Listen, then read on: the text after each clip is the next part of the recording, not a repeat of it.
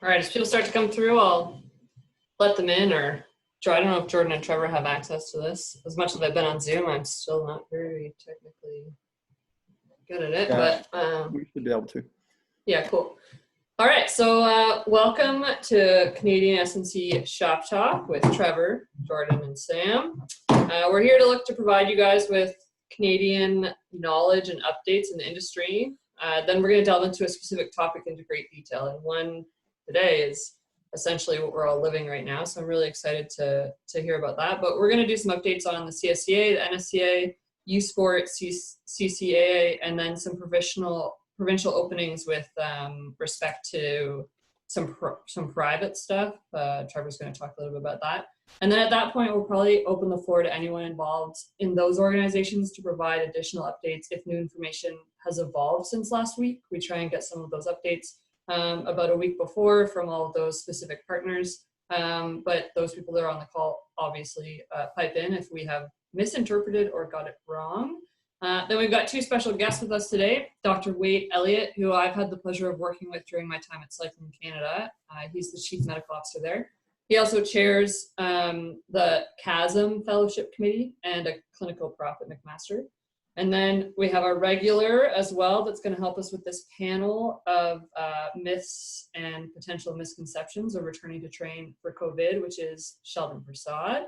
He holds a slightly different role, as I've been corrected, for CSIO. So I'll let him talk a little bit about that when we get to that point and clarify that. But both of these gentlemen are going to try and help us do some fact checks. So after we kind of hit them with some Q&As, and some of our coaches will have the opportunity to hit them up with some Q&As and try and get some real answers to these difficult questions. So let's get into some of the updates. So we're going to start with Trev, and he's going to talk about the CSCA updates that he has for us today. Well, thank you very much, Sam. Thank you for everybody joining us today. It's a beautiful, hot Friday day.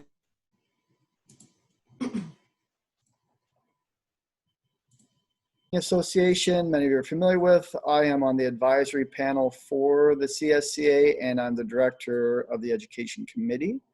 And so I oversee a lot of the articles that are being written, as well as we're starting to look at some credentialing type questions as far as skill sets and that kind of thing required to be a strength conditioning coach in Canada and be super good at your job. But the updates I'm going to give you are more about our upcoming newsletter. So on July 15th and July 31st, we're going to release our summer newsletter in two different parts.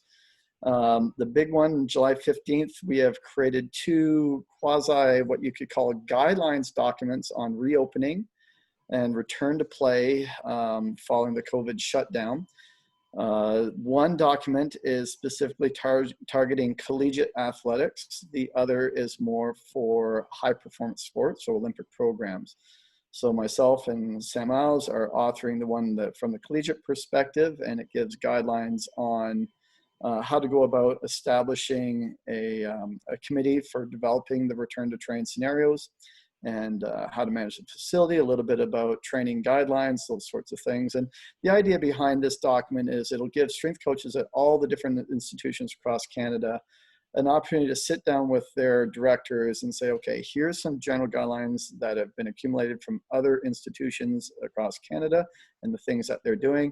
Here's different approaches we can take to opening, and here's what I think would work best for us. So it gives you that document to kind of sit down with and say, there's already a framework for this, and let's go out there and determine which avenue we want to go down. Part of this document, we've created what's called the continuum of risk table. So it's a table where it shows low, moderate, and higher risk activities that can go on in the weight room.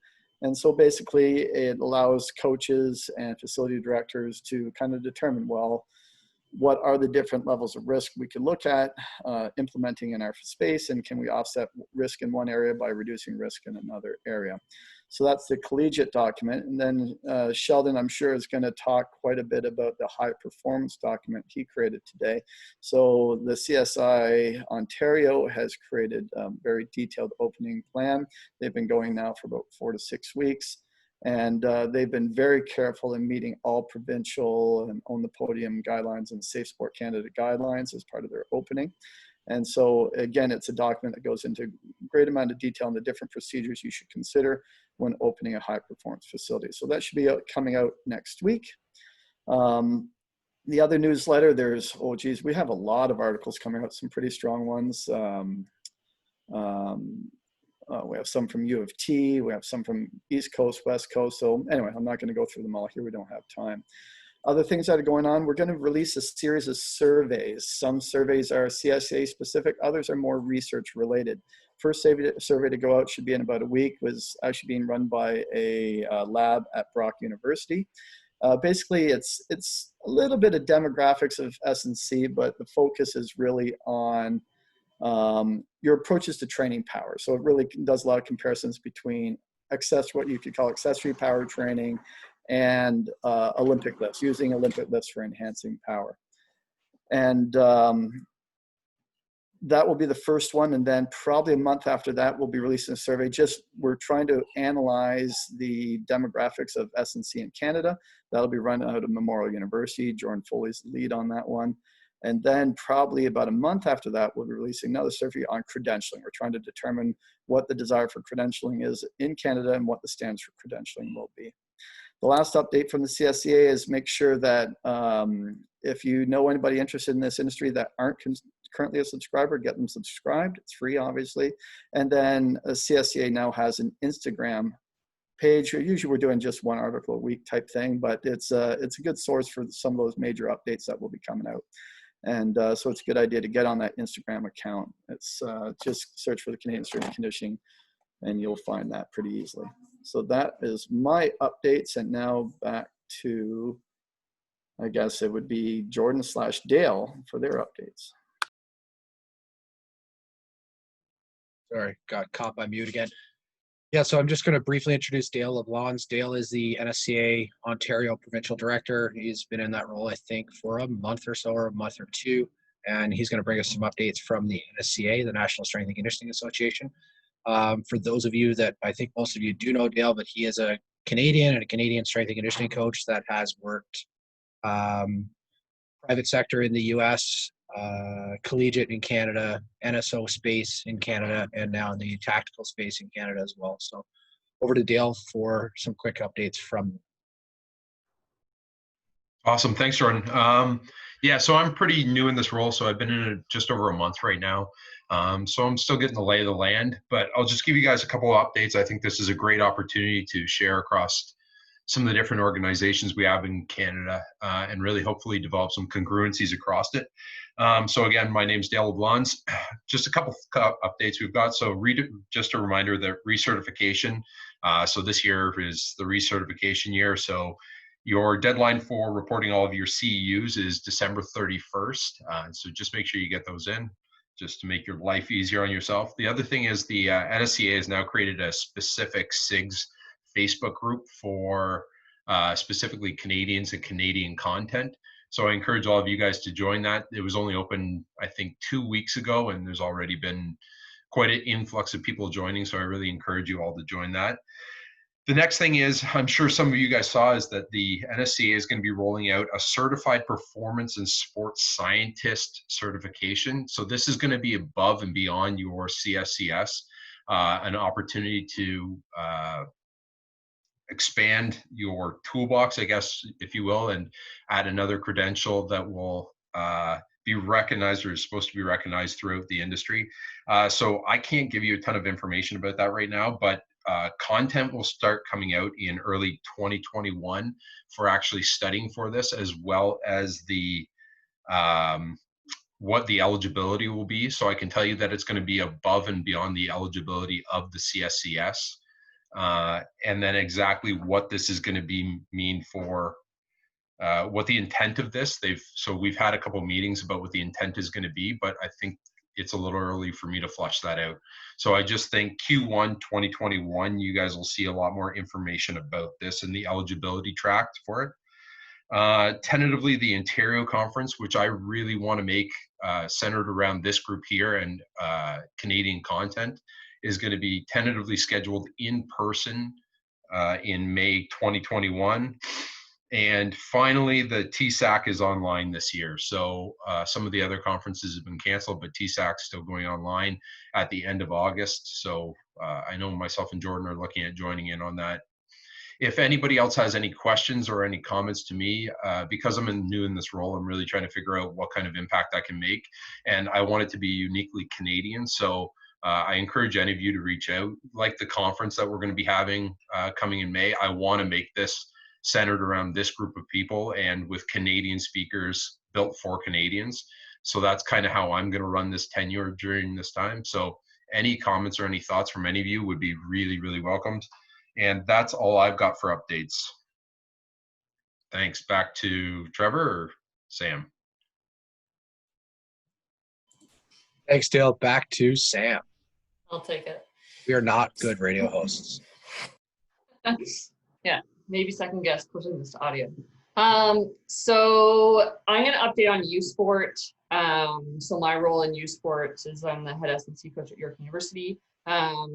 So I've tried to reach out and get as much information from most people across U Sport in those different conferences to try and provide an overview of kind of what's going on across Canada. Some of the hot topics overall within U Sport are obviously things based on how we're actually returning to train, what programs have decided to pull out completely from competing at all in 2020. So there's a lot of things, but on top of that is also surrounding eligibility, where we might have double cohorts next year, scholarship guarantees, things like that. One of the big things that just occurred yesterday was a decision was leaked by 3 Down Nation that's run actually by Justin Dunk from Guelph, Ontario, that U Sport made the decision against the unanimous recommendation by the Football Technical Subcommittee to end U Sport career for all athletes that would have aged out this year. So why that's pretty big is that most of the coaches, again, that I've reached out with in the football realm anyways, across U Sport had also already told their athletes that, because they had been a bit confirmed from that, that the age out would be provided for 1 more year. So they all found out over social media, which is really tough for athletes to find out that way, that their last game was 8 months ago. So that's kind of that big thing kind of going through U Sport right now. In terms of AUS, overall, AUS is in a bit of a holding pattern. COVID has had negative impact on a lot of jobs there. Acadia won't have any varsity training until September. First step is servicing the community members due to a variety of fee structuring needs. So their hope is to start that in the next couple weeks, but it'll be community service first. Nothing really out from St. Mary's yet. St. FX is hoping for August. Nothing from UPEI. UNB looking to start training in person beginning August. I'm not sure I missed anything on the AUS side, but Elliot, if you want to chime in quickly for that, if Elliot's on the call. I know he's kind of been my go-to person for the AUS work. No, I think we're good. Sweet. Can West. So Can West is an interesting one. Well, actually, RSEQ is the most interest, but we'll get there. Can West, the big one is that the U of A pulling the plug for next year, no competition until September 2021. Imagine that there's going to be a bit of a spiral close from that. We haven't seen anything, and that was announced about a month ago, but essentially across U Sport, they have this October 8th date that they need to make decisions about that for the winter, so we'll see about that. MRU is in a holding pattern at the moment. Trinity West, I know Cole's on here, as you guys heard from our last call, is really the most progressed program. They're actually back in the gym already, couple athletes at a time, so that's pretty cool. UBC is back on the field training, dividing the field into 4 quadrants. They have about a 1-to-5 coach ratio with a maximum of 20 people in general on the field at a time. So that's really all the stuff that's going on in the Can West. And my primary contact there is Joe from UBC. So not a whole lot going on, even though they're actually one of the most opened provinces. RSEQ, as you guys might have heard, really started to shake things up a bit. They're in a bit of a unique situation as they turned into the Wild West, pulling away from government health influence. A lot of their teams are in different phases, and they've really decided to do what they want. Montreal is in phase 2 of 5. They're allowed to train on the field with equipment. Con U and U to M have requested to train indoors for this week, but they haven't heard yet back to my knowledge, and that information was given to me on Monday. Laval is training inside, 15 players at a time. They got a bit of a 30-minute cleaning period in between. As you guys can tell, there's a lot of this program's doing this with this much ratio and this much cleaning in between. So I'm excited to hear from Wade and Sheldon after to kind of see, why are those decisions being made? Why is it so different? Sherbrooke has elected to do much like York, and I'll talk to that in a second, which is to move all their performance center equipment outdoors and train as if they're indoors, but with all their equipment outdoors. And they're going to look to make a decision about competing in mid-August. The OUA, COVID has had quite an impact on jobs. We heard from Queens and Guelph specifically last week. All the regions are now in phase 2 status from the province. So that's reassuring that, we can kind of get back on fields and see people potentially face-to-face with equipment. I haven't heard of any other approvals across the OUA opening, and some people on this call might be able to correct me if they're able and willing to share that information. But York, as of July 20th, will have access to the field 4 times a week. We got approval a couple days ago. So what we are doing is taking our entire performance center and moving it on the field underneath tents and tarps. And we're going to have 3 sections, a warm-up speed and power section, a strength section with 9 squat racks, and then an accessory station with benches, dumbbells, TRXs, things like that. All hands on deck. I'd say we wouldn't be able to do this unless all sport coaches and admin were there running stations and, with their designated teams. So that's pretty exciting for us. So I'll have more information to share with you guys as we get up and running on the 20th. But it's really, really exciting, mainly for the wellness part of our athletes to be able to kind of see them face-to-face, not really the physical preparation, but that's kind of where we're at. Did I miss anything, Brian or Steve? I know Brian gave you some of those updates, but any other openings that you guys are hearing of or anything specific with your programs? No, I think, Sam, the biggest issue for universities right now across the country is student ancillary fees and then facilities. And I know there's lots of people on this call that they've already been told they're not going to have access to their facilities, until September, August. I know us personally, we're the opposite. We're hoping to actually open next week or the week after. And we've been given approval and green lights for most of that. But those are some of the main issues right now, is just around that, and then staffing and redeployment of staffing as part of that. So, update on my end, much the same. I mean, ancillary fees is something that most schools are waiting for, and then obviously once registration for programs and academics goes through, then you kind of know how many students are going to be on or within programs, and then that helps you sort out your budget. So a lot of us are waiting for that to happen. We have been tentatively approved for a certain percentage of our ancillary fees. I can't say what yet, but it's quite promising. So we've met with our student unions, and it seems quite good for our end at Brock, at least. And then we put forth a document, return to train document, to our presidents and vice presidents last week. We discussed it on a large emergency management group called yesterday, which was very well received, including our provost saying that student athletes should get priority, which is almost a rarity at most universities. So Lynn Wells is a new provost at Brock, and I definitely am in her camp for sure after hearing that. But no, we in the proposal have proposed to reopen August 17th.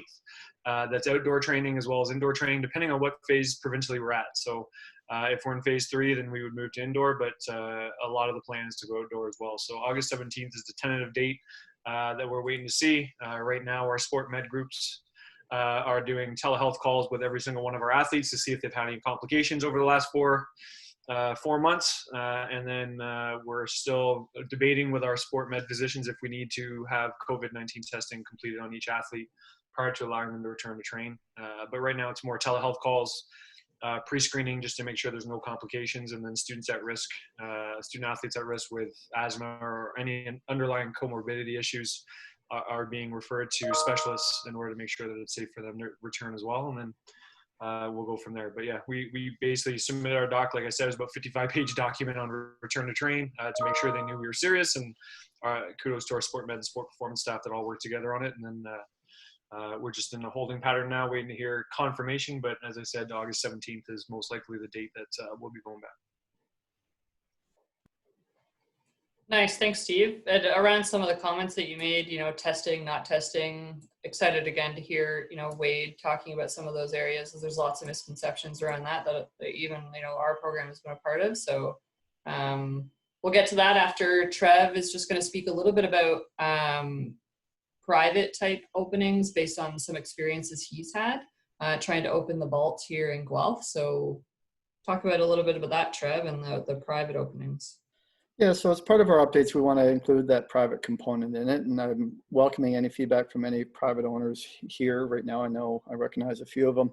So the Vault Barbell Club is a private club. It's mostly dedicated to Olympic weightlifting and powerlifting competition training.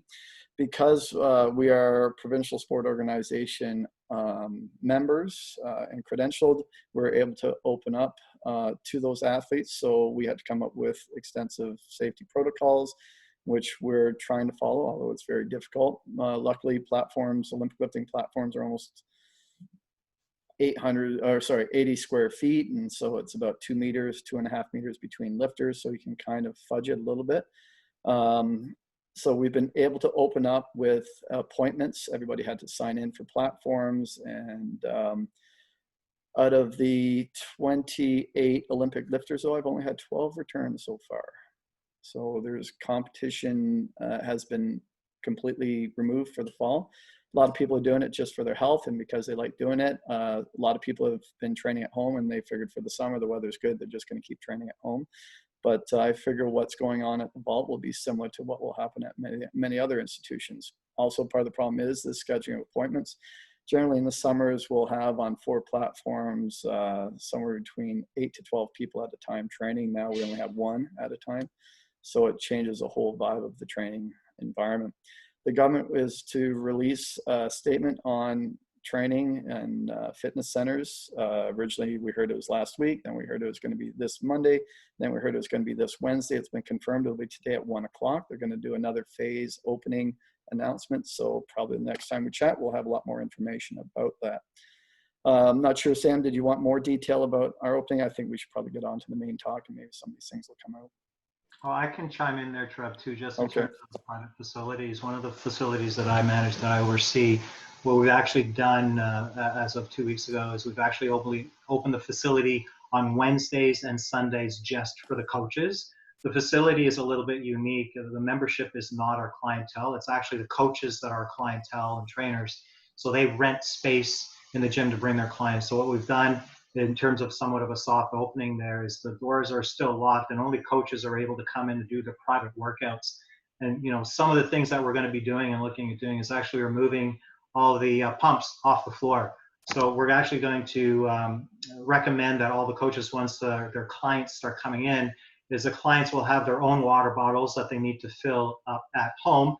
And all of the coaches are actually going to have their own spray bottles with their names on. That's not going to be shared. So, some of the things that we're going to do around there is really try and limit it, the amount of multiple items that are going to be contacted by people. Yeah, the bottom line is these big box store fitness centers, when they open, I don't know how their business model works. Some of the rumors are they're going to have to all be training in pods or designated areas. They're going to have limited restriction. Everybody's going to have to sign up for appointment ahead of time. There's going to be limited shared use equipment. I don't know how these big boxes are going to survive under that business model. It's going to be tough for them.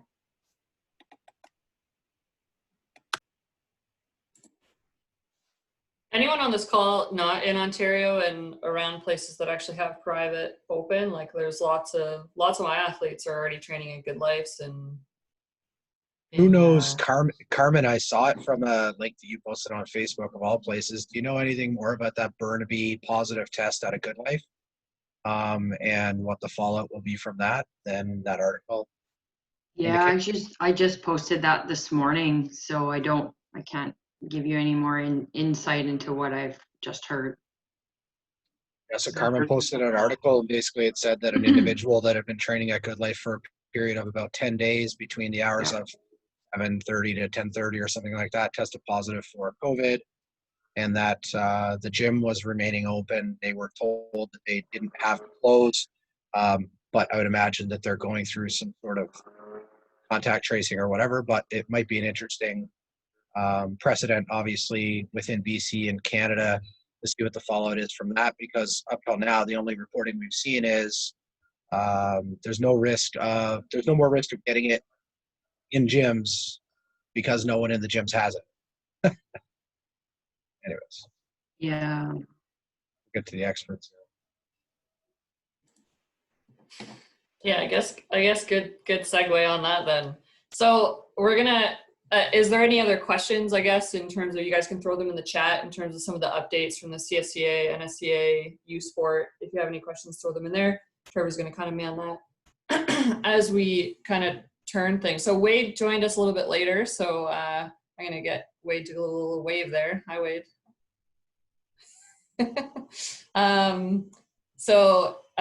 Like I said before, for those that joined later, I used to work with Wade at Cycling Canada. He's the CMO there.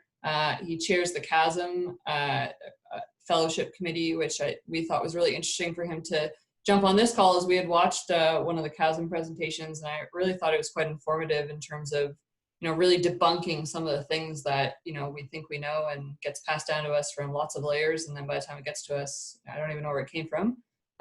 So really excited. I don't know if, Wade, you want to introduce yourself a little bit more than that. Probably didn't do you very much good justice there. Yeah, no, that's all pretty good. I've been with Cycling Canada since 2015 and knew Sam through certainly part of that. As she said, I run the fellowship committee at CHASM and look after the fellowship program at McMaster University for sport medicine as well. Awesome. And then we have Sheldon. So Sheldon, Sheldon has been on here quite a few times. And what is your new, you said in the email, Sheldon, that you're no longer interim? When our director left, I fulfilled the role, interim basis as Director of Performance Services until we could find a new director. So with the new director in place, Ryan Atkinson, I've gone back to my previous role. So that's the lead of sports science at the CSIO. Okay, awesome. So obviously Sheldon has a bit of a lens from that private side, but also overseeing, as CSIO has been open for quite some time now, and they've had to go through many, many hoops to have a better understanding in terms of how they could open in their indoor facility and what that looked like. So we have a couple questions on queue here, and then obviously if our participants have questions, put them in the chat, or we'll open it up at the end as well. But I guess the first thing, one of the big confusions is really, how do the different phases affect what we can and cannot do? So in terms of a training lens, you go from phase 1 to phase 2 to phase 3. What are those guidelines actually telling us we can and cannot do? And maybe, Wade, you can talk a bit about that first, in terms of maybe that bigger lens and not just the NSO type lens. Yeah, I can comment certainly on what I know and sort of my interpretation of things. The different phases, just in general, are meant to be a graduated loosening up of all the restrictions that have been put in place as a whole in general. So as you know, like initially we were limited to groups of less than 5, and that's moved up to groups of 10 for social circles and gatherings. And various other things, like being able to go out to different stores and stuff like that.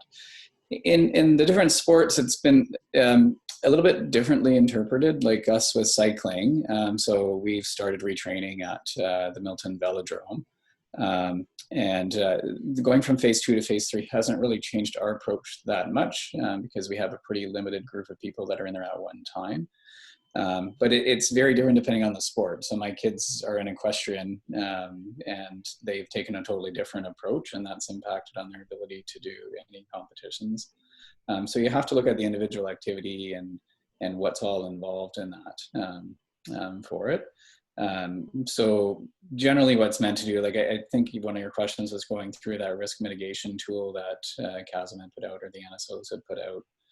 I mean, that was kind of our starting point, irregardless of what the phases were. Like when we got word that you can start training for certain activities, you go through that mitigation tool and look at your own individual activity and how it applies to that.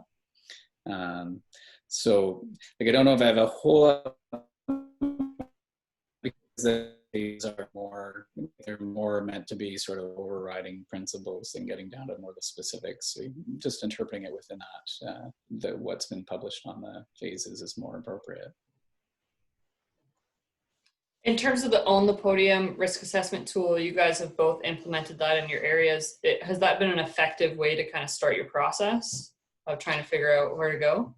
Yeah, so I found it really helpful, and most people I know have used similar ones. I know the doctor down at Brock with them has used it as well. It's really meant, it's not a specific, you have to do everything on there, but it takes you through all of the factors that you need to be considering to make sure that you're restarting training in a safe environment. You have all the protocols in place to protect your athletes, your staff, anybody involved. You have contingency plans if there are people who develop symptoms or test positive, and like contact tracing and all of the safety protocols in there. So it's a useful exercise to go through, and at the end of it, as if you went through it with the CASM presentation, at the end of it, you come out with a risk assessment, kind of whether you're low risk, medium risk, or high risk. Most of Ontario, I think, is probably going to fall into the low risk at this point in time, but it's more important for looking at all the different areas that you need to be planning for and writing down in some document of sorts so that you have protocols in place for your particular activity. So I found it very useful to go through, and it was quite helpful in developing our guidelines. You would say the same, Sheldon? I imagine that's something you guys really started with, given it came out from OTP. Very helpful. And again, it's more of a self-reflection in terms of how prepared an NSO or a sport is to return back to. So for example, in the case of cycling, so, you know, Dr. Elliott, the city of Milton, Cycling Canada, and myself were on a call just prior to the completion of that assessment and asking the question, okay, what can we do in terms of opening the velodrome? And I mean, in cycling's case specifically, it was actually pretty advantageous that the two groups that actually started on the track in the velodrome initially were cohabitating in two different houses. So the men's team was in one house, the women's team was in another house. So it actually just led to being able to maintain that physical distancing when they were actually in the track. But the starting point was that risk assessment tool. And in the article that's coming out on the CSCA newsletter, I've actually outlined sort of the different ratings and scales within that assessment tool.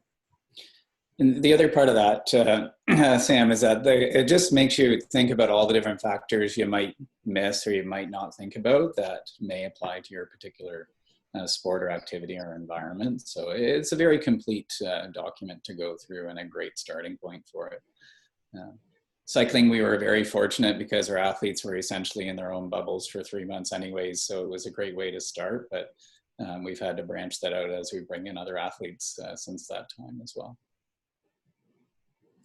So around athletes kind of coming in, and part of that risk assessment tool, there's a huge portion of checking in to make sure, you know, athletes either have some sort of screening tool to say, I'm healthy, like I don't think I have COVID or whatever that looks like. And definitely a couple bits of confusion, you know, do precautions such as temperature checks work? You know, there's lots of conflicting, there's a lot of false positives in that, in terms of, you know, if you're just running a little bit hot from even training, your temperature might be up, things like that. So can you guys speak to that in terms of some of the confusion around what is really necessary when an athlete comes in? What is enough to say, yeah, you're cleared to come in and train today in this group? Yeah, so when I can start with that anyway. So for us, first of all, there is a lot of information and misinformation, and there's just frankly a lot that we don't know about this virus and what works and doesn't work. So this does change over time. Initially, when this all started, temperature checks were mandatory everywhere. They've pretty much fallen by the wayside for most places because they found to be very unreliable in terms of predicting whether someone has symptoms or doesn't. So it doesn't in particular offer you a lot of benefit. for that. The big two other ones are, so screening for sure, how we've organized it, and I think pretty much any sporting activity or training would need to do the same, would be to be screening individuals for COVID symptoms. There are standard screening questions readily available from all different sources, and I have ours if you guys want to have a copy of what we're doing. It's just the public health website. So we do daily screening, which would be advisable. So before athletes are allowed into the designated training facility or the environment, they are screened by one of our staff. All athletes are wearing masks as they arrive at the velodrome, as are the staff doing the screening. So it's basically just every day going through the questions and recording what the answers have been, like, are positive or negative. So keeping a record of who's been screened on those days. So that's how we're doing our screening, and we do that every single day. You don't have to do it once they've been in the track for the same day, but once a day is fine. So it's a very simple thing to set up, and there's lots of different ways to do it. We're doing one, we have a road camp coming up, so we're doing the screening actually remotely via Google Drive that athletes fill out, that a staff screens, and then before they're allowed to participate in the activities that day. So you just have to look at your own individual environments and how best to do that. And the other key part of that is keeping track of who's actually been screened and keeping records of that. And what about testing is another one? So I'll just talk a little bit about testing.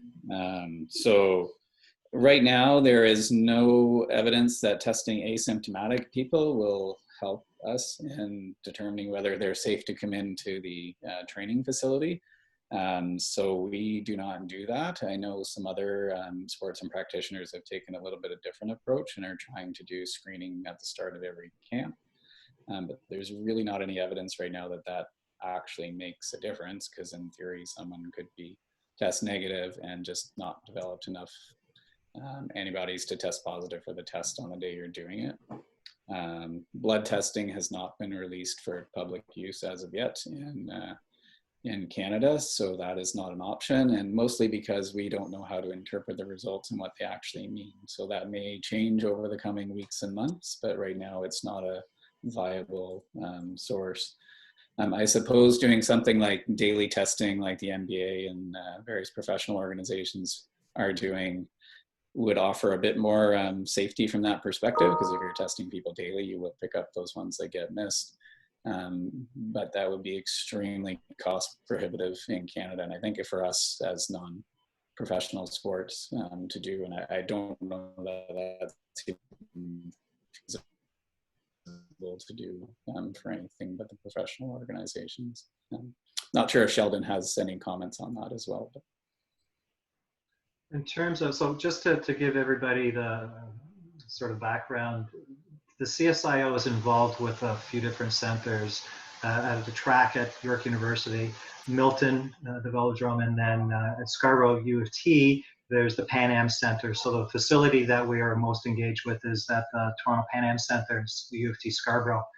Within that facility, it's not unlike Milton and the athletes going back from cycling, but each of the athletes have to fill out actually 3 different waivers prior to their very first workout.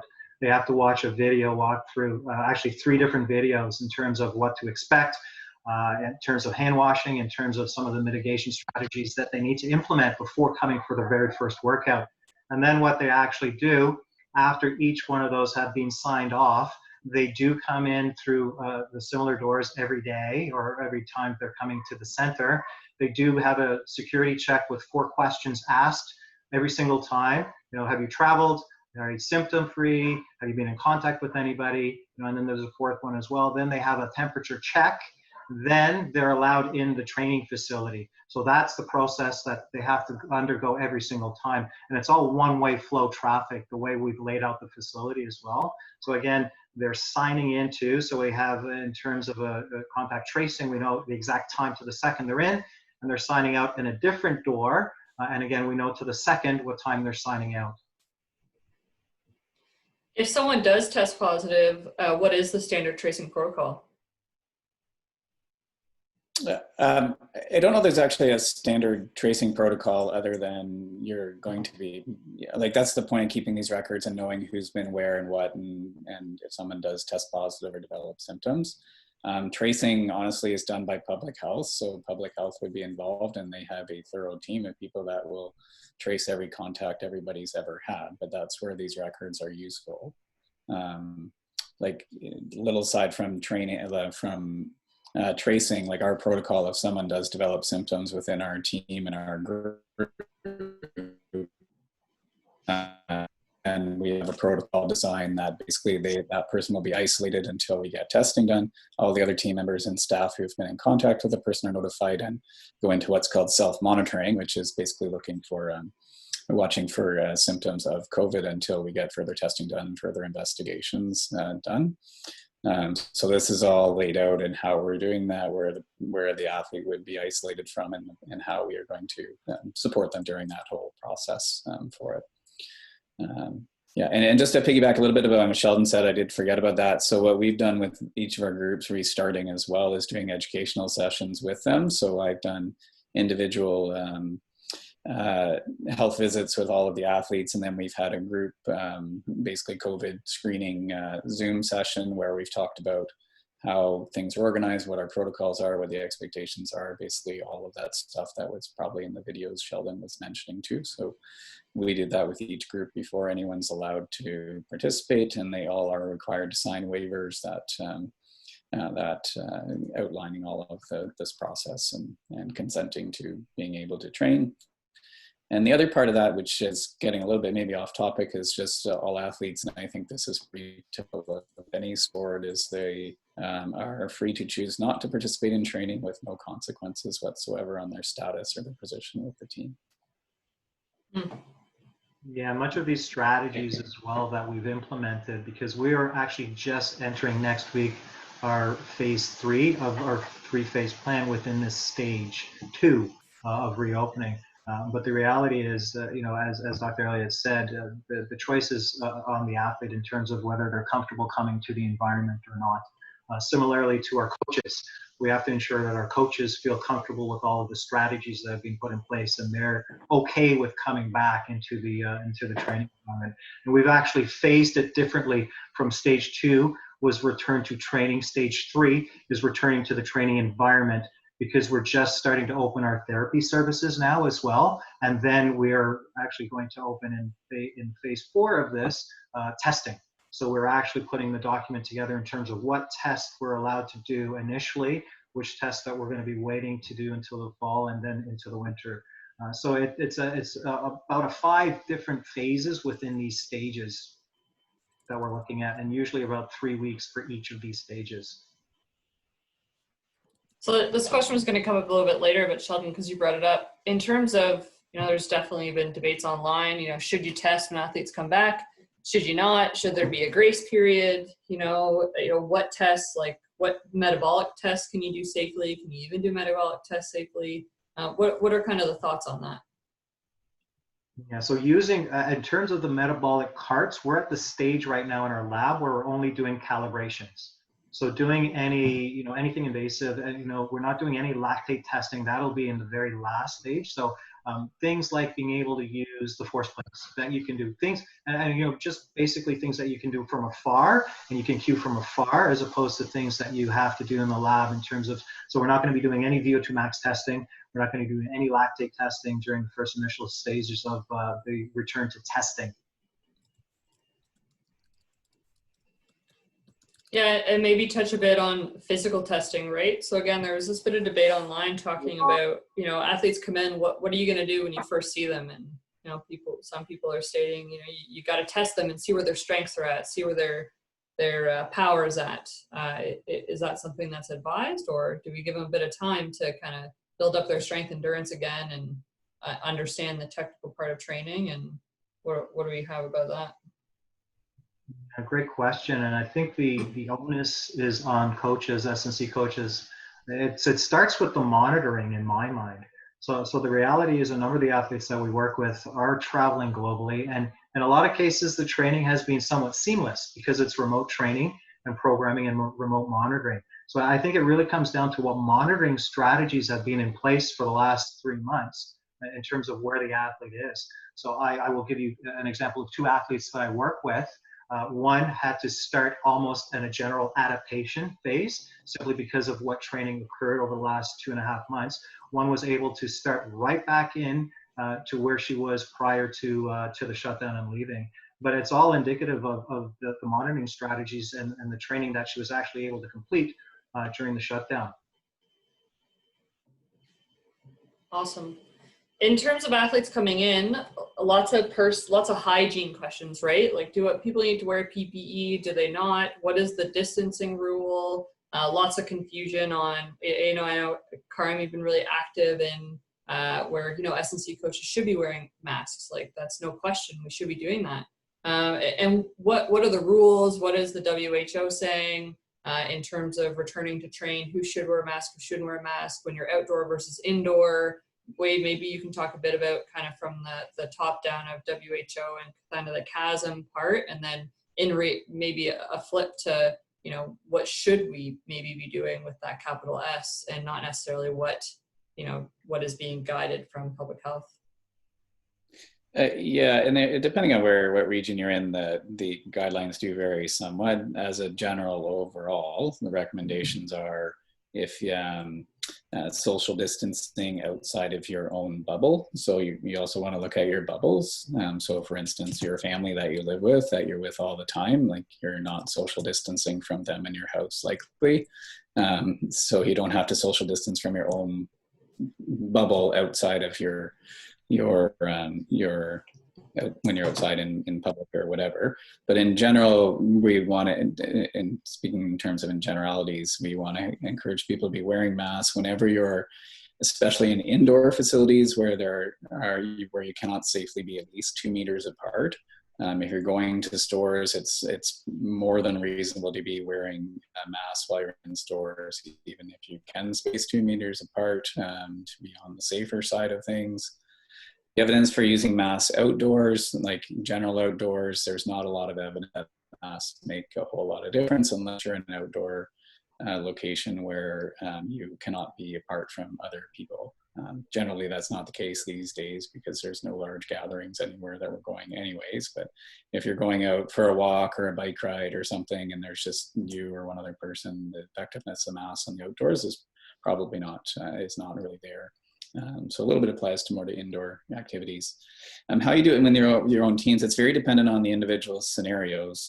So for us, we talk to our athletes and we look at what their bubbles are. So if you take the case of our one sprint groups, they're basically living in a house with all the other housemates. They've been together for 3 months. It's basically their family. So yes, we have them wearing masks when they do all of their screening and coming into the DTE that day. Once then they're in the facility, we have the coach continue to wear a mask because technically the coach would be outside of and other staff because they're outside of their bubble. But the athletes, when they're actually training, they can be within 2 meters and without using masks at that point in time. It's a little bit different if you have athletes who are staying in their own homes and they're driving into a training facility because you're bringing a whole bunch of different bubbles together. So that's where the guidelines get a little bit more individualized as to how you implement the use of masks and those arrangements. Usually what's happening is in your training facilities, you're spacing athletes apart so they're not close together. But it's very sport dependent, and this is where some of the guidelines get very tricky, and you have to really look at what the actual scenario is for it. So the guidelines this is where it gets a little bit confusing. The guidelines on the WHO in that chasm presentation, talked about a 1 meter distance and made claim in that presentation that they were unsure where the 2 meter distance or 6 meters apart even came from, as that wasn't something that was information that was provided by the WHO. Is there any further information that you might know about that? I'm not going to be able to comment on how WHO and all the other bodies specifically come up with that distance, other than the distances were based on what they feel that the average person, how much projectile of small droplets and large droplets of respiratory fluids can occur. So generally, I think it was felt that within 6 feet, outside of 6 feet, there's probably very little of the droplets, although some studies suggest that may not be true, that some of it may be suspended in air for longer periods of time. But my understanding, and everyone I've talked to, has been that that's where that 1 or 2 meters, whatever you're using, comes to, and that could be up to a maximum of 6 feet, especially with people that happen to cough or sneeze, and it's allergy season right now, so people are sneezing for lots of different reasons that have nothing to do with COVID. That's my understanding of where it came from. Now keep in mind, I mean, nobody's going around with a 1 or 2 meter ruler and apart, so there's some generalities in terms of that. So in terms of space, square footage has also been a point of inquiry as to where 144 square feet came into in terms of the amount of people that can be in a certain space. It's different outdoors and indoors. I know at York, we were given a number of 144 square feet per person, although not sure where that number came from. At Guelph, it's 100. That's the number they're going by, except in research, the number is actually 257. Not really sure where that number came from. Do we have an idea of where the number came from? And I know Steve had mentioned that there was a couple papers in Germany that he was looking at that kind of debunked that 144 square feet. Where does that information come from? I actually don't think I can answer that, to be honest, because I think that there are lots of different ones. Sheldon may have some more comment on that. What I did is I took a practical approach. So what I did in terms of creating the floor plan and the initial stations that we laid out at TPAS facility is I took the length of an Olympic bar. I took the distance that somebody needs if they're unloading a bar on both sides. And I took account and looked at the tallest athletes, because we have beach volleyball athletes in our facility. And I used those 3 things initially, really, to base out a minimum of 4 meters between each training station, which dictated the number of training stations that we opened in the first phase, which was 6. So in a roughly 5,000 square foot facility, we had a maximum of 6 training stations with a minimum of 4 meters between each of them. But again, I use those 3 factors: tallest person, length of an Olympic bar, space needed to unload and load a bar. So I was going to say, I think a lot of the numbers and the guidelines are based on some theory and just sort of guesstimations, for lack of a better word. As Sheldon's taking a very practical, reasonable approach to how they design that.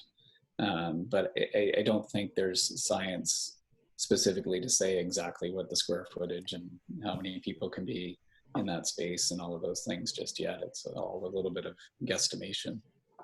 So, from the practical approach that Sheldon took, it actually comes out in the wash anyways, because the NSCA recommends that if you have a rack space, you should have 10 by 10. If you have a platform space adjacent to that or in front of that, which a lot of our setups do, or for floor exercises, barbell exercises from the floor, you have 10 by 10.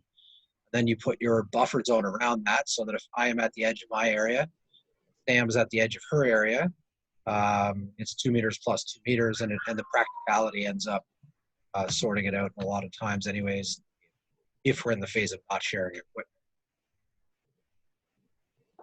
Because I think the big debate, though, is, are you absolutely trying to eliminate all risk of contamination, or are you trying to meet the standards or general guidelines so that if something does happen, you can say, I did everything people told me to do?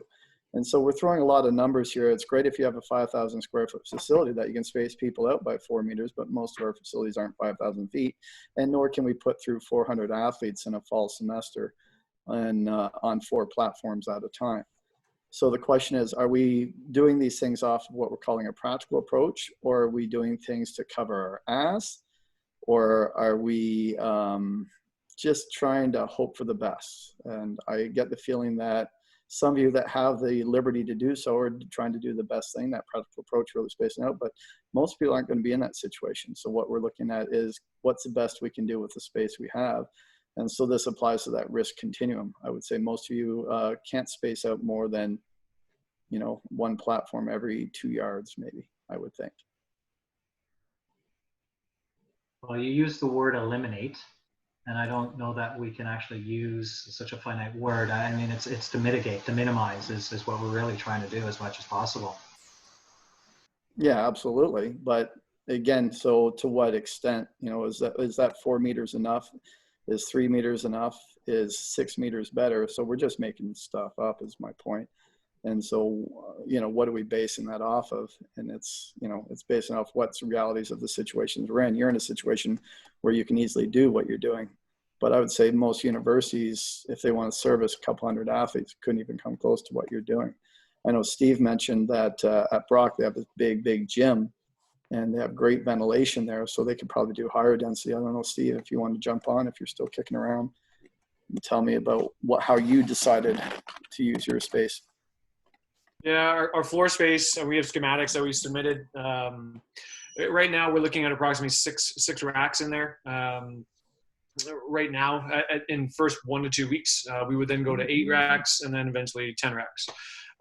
Same thing though, roughly around 4 meters between each training station. We've got, 4,000 square feet. What's nice for us is our intake and the output of our air conditioning and just HVAC is actually centered above our facility, and we've got 30-foot ceiling, so it makes it quite easy to accommodate. So yeah, that's basically what we're going to be doing. I mean, the hard part for us is in looking at and Cole would attest to this too. And looking at right now, our main teams that are training in the winter are volleyballs, basketballs, hockeys, and wrestling.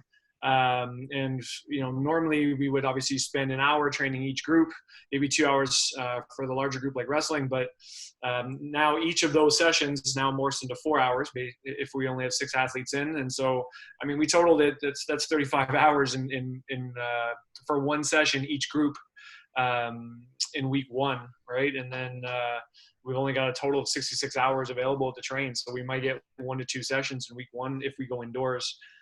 Versus the outdoor method that we're probably going to look to instill until stage 3 is reopened within the province, will allow for quite a bit more capacity, very similar to what Sam's doing as far as stations on the fields and with tents and things like that for coverage.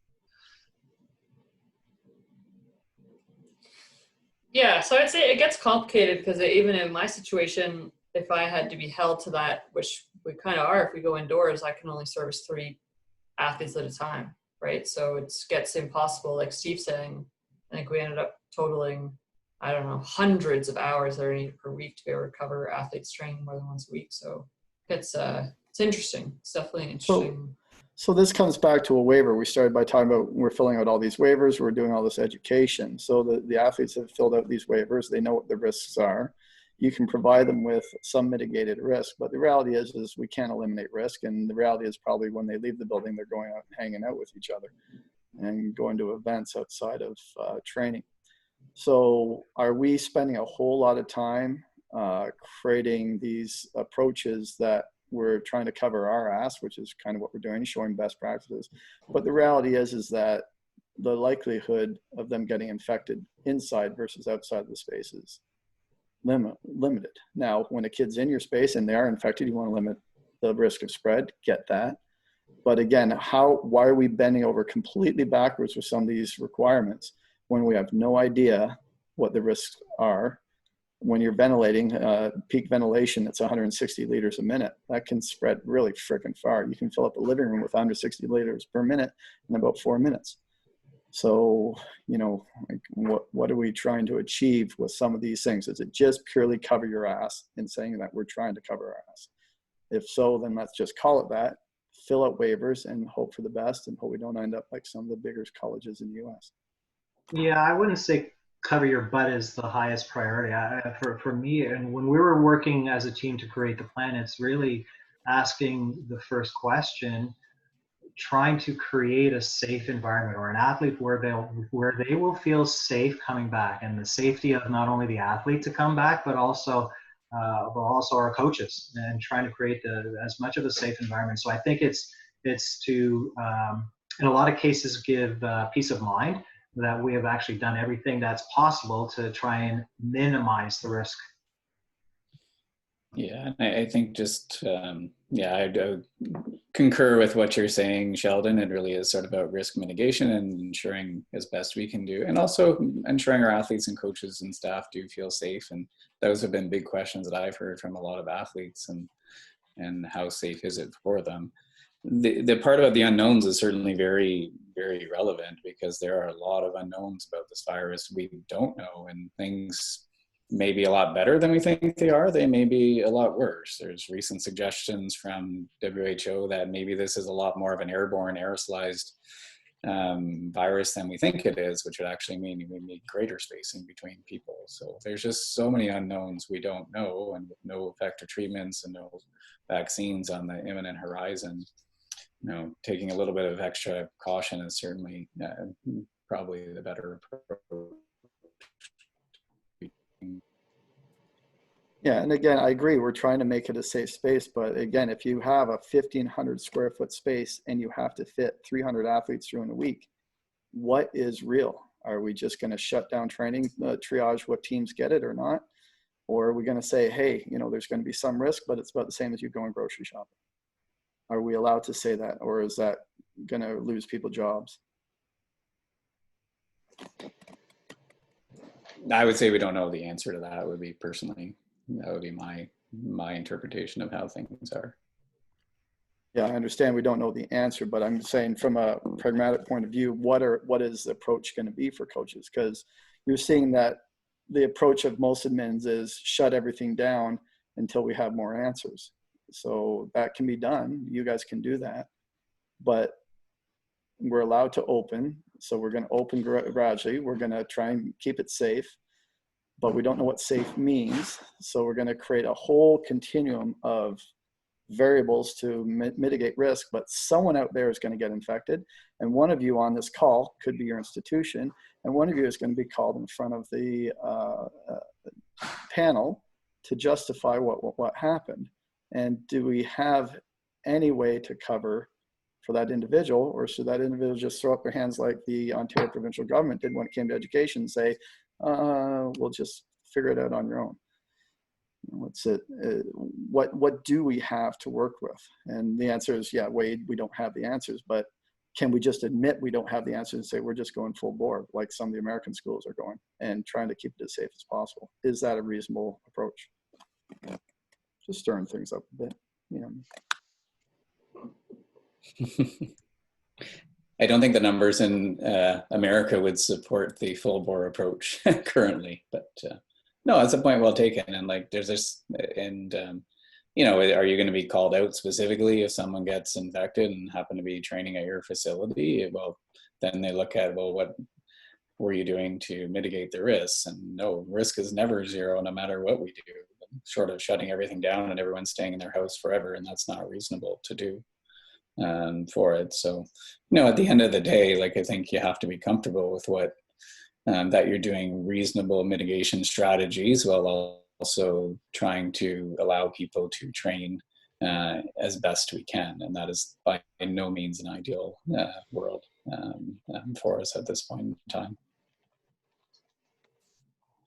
I have a bit of maybe a follow-up question, and probably in line with what Trev's saying as far as stirring it up a little bit, maybe more directed at people in youth sports where it has been decided and announced that competition is very far away.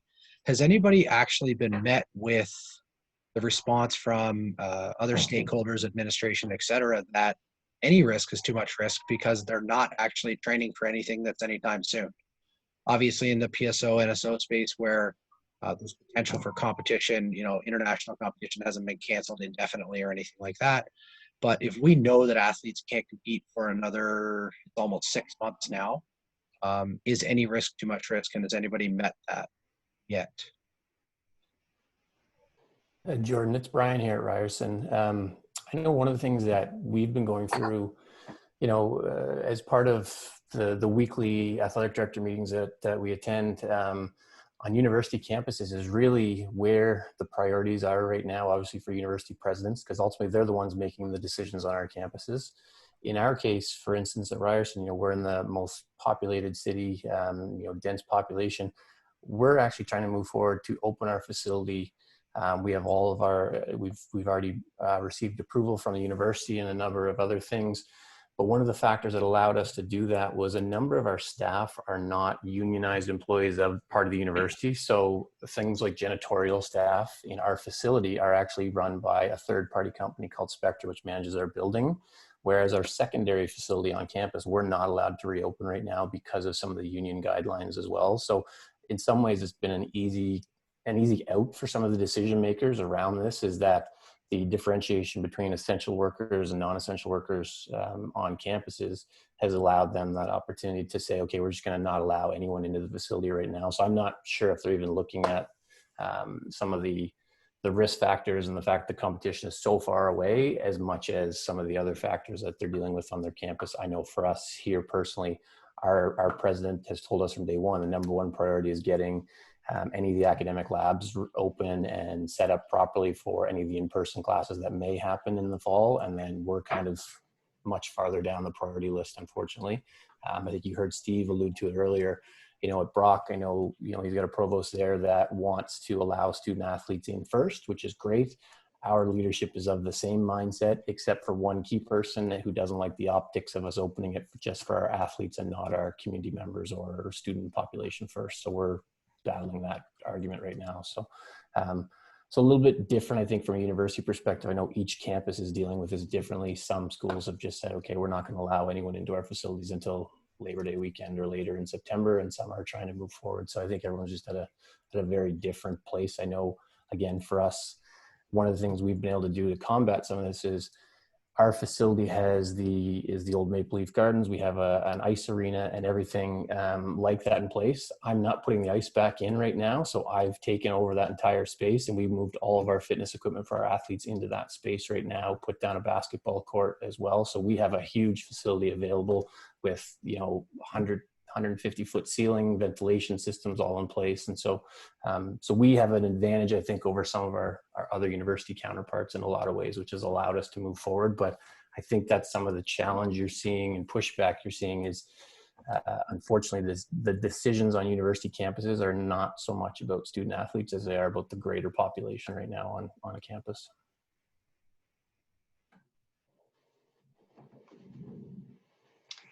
Yeah, I would just say from our end, to answer your question, Jordan, the kind of approach that we've taken is really not physical prep at all. It's wellness, like providing a space where, York has a interesting and very unique demographic, I would say, where, unfortunately, a large portion of our athletes, when we ask them to go back home, we're not in very good situations. So the opportunity to have somewhere where they have a support system and they have that environment that, has a positive energy and things, I think really has overweighed some of those other risks, as long as, we're following some proper safety guidelines. But that was really the directive that we pushed, was more of not from a competitive edge standpoint, but it was a wellness standpoint to try and create a safe environment for athletes to train, and kind of that wellness piece in particular. Related to that, a quick question. When it comes to managing the sport bubble, does anybody have any strategies whereby you can somewhat mandate that athletes only be in contact with certain groups or certain bubbles? Is there any way to manage that at all? Because really, again, one of the biggest risks, it appears from some of the universities in the States, is that interaction outside of sport. Any policies in place from any of your institutions?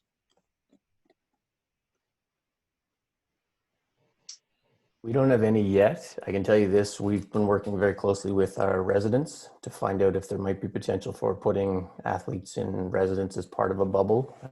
Although as you said, we can't really control their personal life outside of that, unfortunately, but it is one area we're looking at, but we don't have no guidance or anything yet at this point. Yeah, I'd say the same here. Most of our coaches are trying to encourage, or even athletes in general have jumped on board and said, let's make this a basketball house. Let's make this a football house. Let's make this a hockey house. And they're kind of changing leases with each other to kind of allow them to, be in that bubble together. But there hasn't been anything specifically And I would say it's a bit tough. Well, it's very tough to do that. And if the outcome was, well, if you're caught with hanging out with someone that you're not supposed to, you can't train. I mean, managing that is, it's like 10 other jobs, I guess, but I'm not sure. Yeah, U of T Scarborough actually extended the opportunity for student housing if any of the NSOs want to actually do that. So similar to, I mean, Wade and I also mentioned that cycling has done that. They've been doing that for years, but the reality is at U of T Scarborough, they've offered 2 houses to be able to do that if need be. And related to that, with the new tracking apps that are out that are supposed to be coming to Canada soon, is there any way for athletics to tap into those kinds of tracking apps? Or are they completely, I don't know, what's the word, restricted on the settings you can do as far as, could you set your own bubble on a tracking app or anything like that? Anybody know? Trev, I can't speak to the app. I know that Brock is creating their own check-in app on a daily basis where staff, athletes, everyone is going to be pre-screened every day based off symptoms, basic 6 questions that everyone would basically answer entering into any of our buildings. We are going to have an athlete-only entrance at the back of our Walker complex where athletes will be able to enter, be screened, similar to what you would see at CSIO, where they would come in and then they'll have access to sport medicine, sport performance, or the gymnasiums. So that's kind of what we're doing there. In terms of bubbles, we've thought long and hard about that. We've had coaches meetings about it. The hard part is we're really at the mercy of the other 22 hours. I mean, you said it best. We can control what we can control when they're in our space for the 2 hours or whatever it might be a day, but it's the other 22 hours that we have to really be able to depend on the athletes with. So that's what we're going to host town halls and really make sure we hammer home to them the importance of social distancing, things like that. I think all we can do is educate. As far as try and make sure we maintain a bubble for each group and each athlete, I mean, ideally, we would have the athletes train, say we do have in households, we'll try and train bubbles according to the households. But at the end of the day, I think that's going to be almost too hard to manage. Never mind their course schedules as well, as far as majority of courses are going to be online, but some are synchronous and some are asynchronous. And so even that messes up the schedule quite a bit. So, trying to build a schedule based off of all of those scenarios makes it pretty darn near to impossible. So we're going to do the best we can and just see where it goes from there. But the education piece, I think, is most important. I mean, they signed a Buckeye pledge at Ohio State, and that didn't go over too well, where they tried to make sure that every parent and every athlete signed a pledge according to, just being able to really watch each other and conduct themselves to the best of their abilities. But at the same time, there was a lot of legal implications that came from it that, I don't know, just didn't go over too well with a lot of the athletes. I haven't listened to it yet, but there's a podcast out now of just what were the legal ramifications post trying to put that pledge out. It was not a waiver. They wanted to make sure it was a pledge to the athletes, and the athletes pledging that they'll do their best on their own time. But at the end of the day, I'm not sure if that's the best way to go, rather than just educate and just do the best that we can on a daily basis. So we're running. Go ahead, Sam. That's okay. I just have a final question, and then we're kind of running a little bit late. And if anyone has any questions during that time, just post it in the chat there. But immunocompromised populations, we have a couple athletes that are in that situation, and their specialists have given them different advice here and there. But is it any safer for an immunocompromised athlete or person to be engaged in phase 1 versus phase 2 versus phase 3, given that the precautions are all kind of the same, and as you actually get through to phase 2, phase 3, or even phase 4, whatever that's going to be, maybe that's reopening, that the risk is actually quite higher because there's more people. But maybe Wade, you can speak to that in terms of that type of population. Yeah, it would depend on how sort of immunocompromised you are, but in general, like there risk of catching COVID or any other virus in phase 1 to phase 2 to phase 3 to phase 4 is partly there's in theory a lot less virus circulating around in the community. So they would have a reduced risk from that point of view. But at any point in time, they're always going to be at a higher risk than a healthy, non-immunocompromised individual for it. Probably you're right, when you get to phase 4 and it's just mass, everything's reopened fully, then that's probably a little bit more riskier time than phase 2 or phase 3 for them. Carm, academic honesty. So what was your comment, Carmen? Oh, sorry. Sorry, just closing up my chat box. I just wanted to add to Steve's point real quick on this idea of a pledge. Sometimes I think it's useful to look outside of our own industry for advice on what other people are doing, say to combat sort of what you're saying, Trevor, like what are these kids doing when they're not with us? You know, and so if I put my academic hat on and everything's gone online, right? And you know that, Trevor, so we're teaching online. And so our bigger concerns now are cheating, okay, with exams and things like that. So there's been tons of emails going around amongst departments and professors on cheating. And one thing that we've come up with for our students is just when they open their online exam, they have an academic honesty statement. And so basically the first exam question says, you know, do you agree to and did you read this statement? Which could be part of, you know, the whole pre-screening process. I've sort of taken some notes on step by step, what, you know, sort of what is best practice, what could we be doing? And I don't really think we need to have them sign like a pledge or call it that, but it's almost like a, I don't know, like some sort of a conduct statement that says, you know, I'm doing the very best that I can. I'm keeping my bubble small. I'm washing my hands. I don't know, something like that, that is part of the pre-screen when they enter into the daily training session. Because we were sort of agreeing that doing this daily would probably be a good thing. And it might just serve as a reminder. So I agree with you, Stephen, that young people need to be educated. The other piece I will add to that is young people need to be consistently reminded.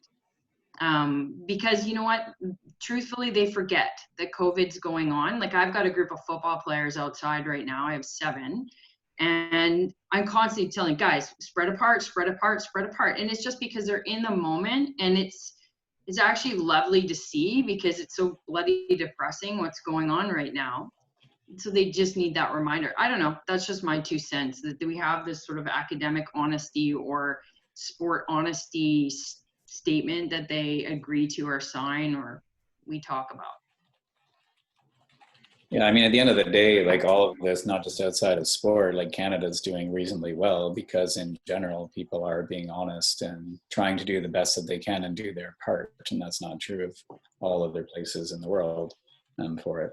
The university population is also a little bit different than, say, the national team population that I work with, because I think they're a little bit more prone to forgetting about COVID, and just, you know, it's exciting to be a university and there's so much else going on that I think that they're at a little bit higher risk of possibly slipping outside of the bubble. So they may need a little bit more reminder education and whatnot. Whereas, you know, my group, this is all that they're doing for their job right now. So it's their focus in life solely.